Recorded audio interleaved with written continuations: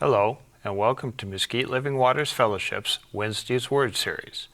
We invite you now to sit back, relax, and enjoy today's message. I've named this message, "There's Nothing for It, Mr. Frodo." Now that line comes from the Lord of the Rings series of books. John Roland Ruel Tolkien, now you know why we call him J.R.R. Tolkien, was a linguist and a professor at Oxford University. He actually wrote the Lord of the Rings series to give background to the languages that he created. He was not only a linguist, he knew multiple languages. I would say several, but it's more like many. He spoke several languages and he had working knowledges of more.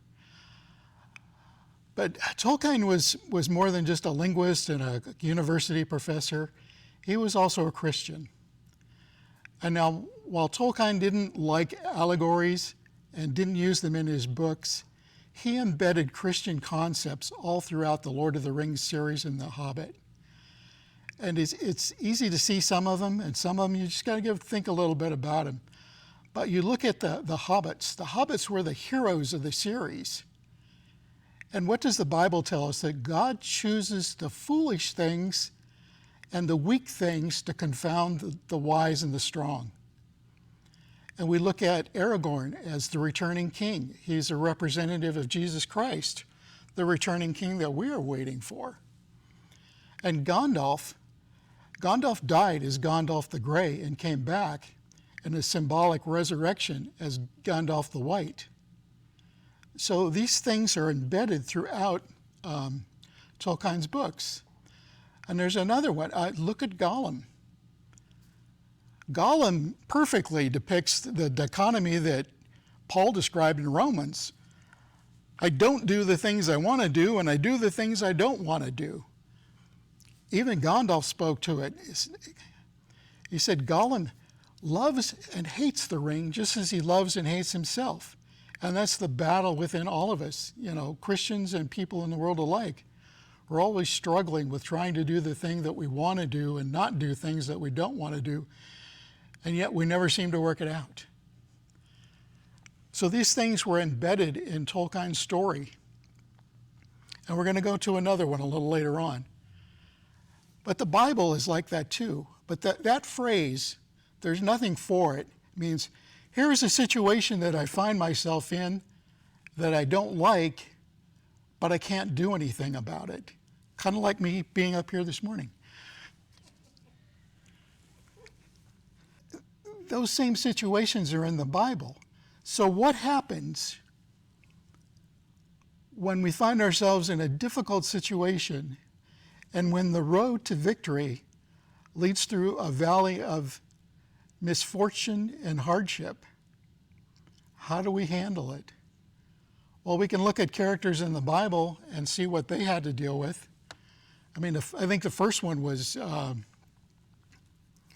Noah. He had to build an ark and rescue his family because there was a flood coming that destroyed the whole world. So for 120 years, he labored to build an ark to save himself and the animals on the planet. And then you look at Joseph. Joseph was sold into slavery by his brothers. And so he's serving as a servant in the house of his master, and his wife accuses him of assault. She ripped all his clothes off and he ran out of the house naked, but it was all Joseph's fault, right? And he ends up in prison. So he has to go through slavery and prison before he ends up serving in Pharaoh's palace as the number 2 ruler in Egypt. And not only that, it saved his family. And when they finally were reunited, Joseph and his brothers, he said, "You meant this for evil, but God meant it for good." But look at what Joseph had to endure: slavery, false accusations, prison. Finally, he became the ruler that God had promised him that he was going to be. We see the same thing with David. David was anointed the next king of Israel when he was 17 years old. But it was 20 years before he became king over all of Israel. And in the meantime, he was hunted down by Saul. He was tracked. He lived in caves. He had to take shelter with the enemies of Israel. And his own men at one time were going to kill him because they had been let off on a mission while another group of people had raided their families. And then David encouraged himself in the Lord, and they went out after them and rescued everyone. But the kingship just didn't get handed to him. God didn't come in and just anoint him and, okay, now tomorrow you're going to sit on the throne. There were hardships that he had to go through. We look at Paul. Paul says, I got to go to Jerusalem for the festival. And the prophets told him, if you go to Jerusalem, this is what's going to happen. The Jews are going to attack you. They're going to turn you over to the Roman guard, and you are going to end up in prison. And Paul says, I got to go. And he did, and that's exactly what happened. Not quite the way the prophets described it, because the Jews didn't turn him over. Actually, the Romans rescued him from the Jews. And 40 of them said, we're going to swear a vow not to eat or drink until we kill Paul. But Paul ended up in prison, but that opportunity that the prison gave him was to write numerous letters of the gospel. We have books today that we never would have had if it hadn't been for Paul ending up in jail. And probably the most significant one is what Jesus faced. In the Garden of Gethsemane, he was under so much stress that he was literally sweating drops of blood. And his prayer was, Lord, if there's any way out of this, if there's some way for this cup that's come to me to be cast aside, if there's another way to do this, Lord, please let that happen, but I want your will. And God's answer to Jesus was, there's nothing for it. This is what's got to be done.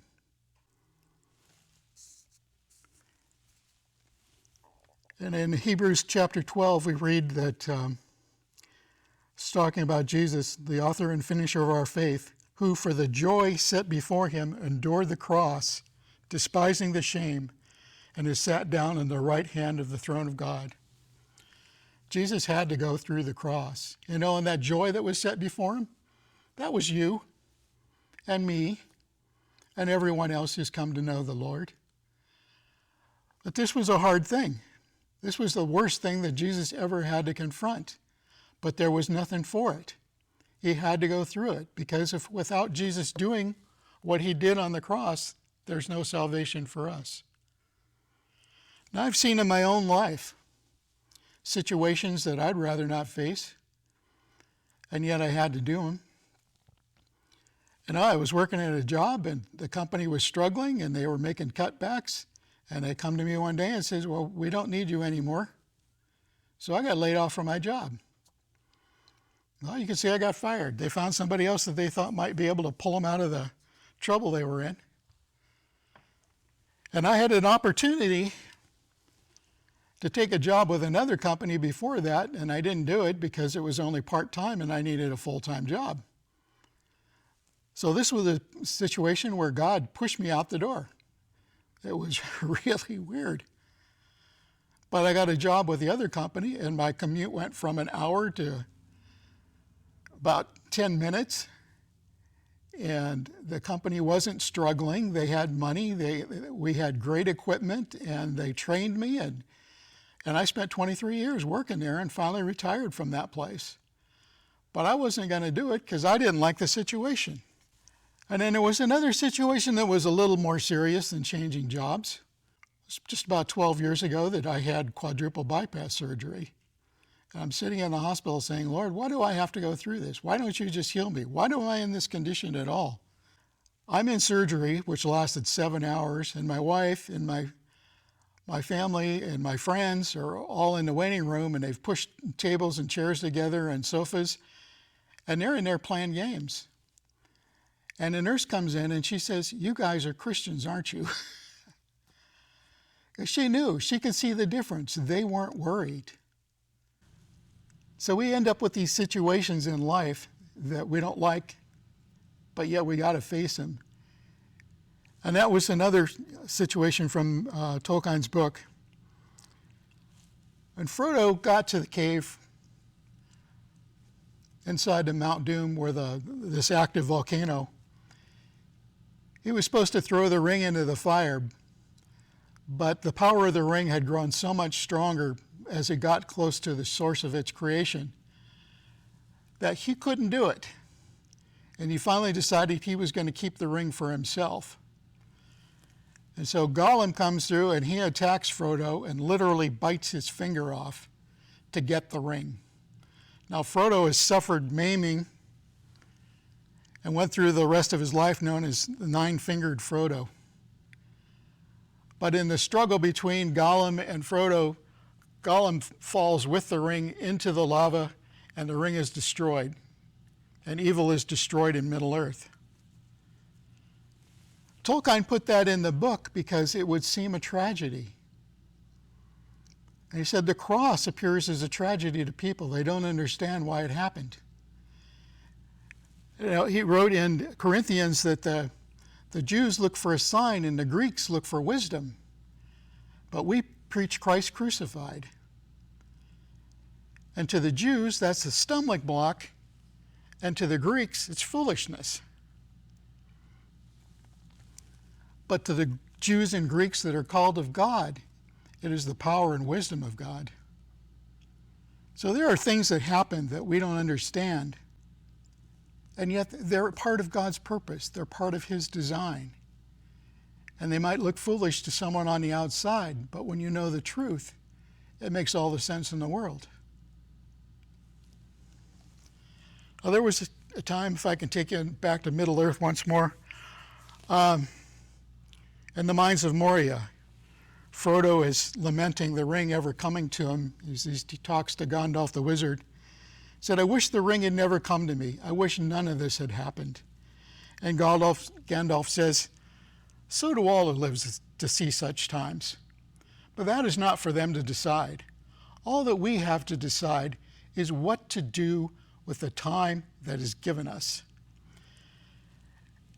And there are other forces at work in the world besides the will of evil. Bilbo was meant to find the ring, in which case you were meant to have it too. And that is an encouraging thought. So we find ourselves here in the middle of a pandemic that's gone on for almost a year. People have lost jobs. People have lost businesses. People have lost loved ones. You know, some people are looking at the world around them. We see the turmoil in our nation. We see the division politically and amongst the people. We see the hardships that folks are facing. And they're starting to wonder, is this the end? The Bible tells us there's going to be a falling away of Christians. People are going to turn from the faith because of the hardship. But he also tells us to persevere. You look back at those times and you see what Joseph and Noah and David and Paul, what they went through, what Jesus went through, what carried them through the situation. It was faith in God, faith in the promises of God. When I went in for my heart surgery, I wasn't worried about coming out of the surgery. I knew God had a promise for my life, and I had not experienced it yet. I knew I was going to come through the surgery. I was really concerned about how hard the recovery was going to be, but I was not the least bit concerned about surviving the surgery. The same thing. David was promised that he was going to be king of Israel. He believed what God told him. And Jesus saw what was on the other side. He went through the cross, he was resurrected, and he sat down at the right hand of God the Father. The promises of God are yes and amen. He's going to pull us through this. So if you're facing what seems to be something that there's nothing for, there's no pill, there's no answer, there's no check in the mail, you just got to go through it. What are the promises that God has made you? Where is he taking you? And know that all of it is in his plan.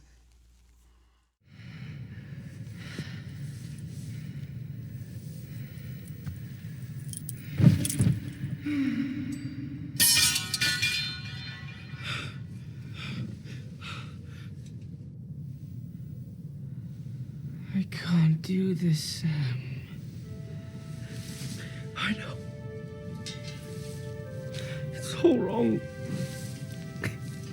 By rights, we shouldn't even be here.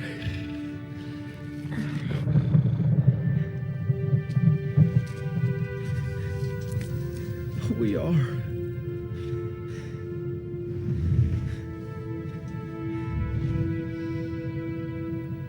It's like in the great stories, Mr. Frodo. The ones that really mattered. Full of darkness and danger they were. And sometimes you didn't want to know the end. Because how could the end be happy? How could the world go back to the way it was when so much bad had happened?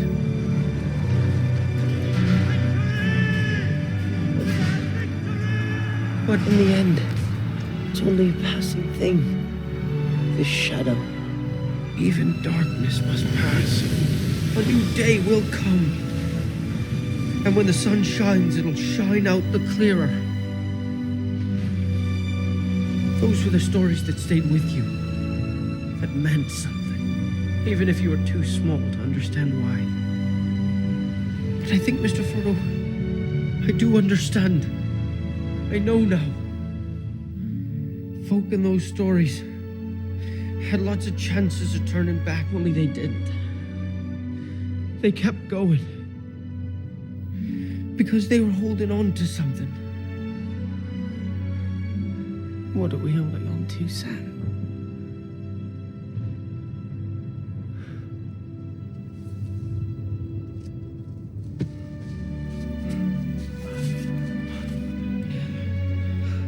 There's some good in this world, Mr. Frodo. And it's worth fighting for. Thank you for joining me on this message.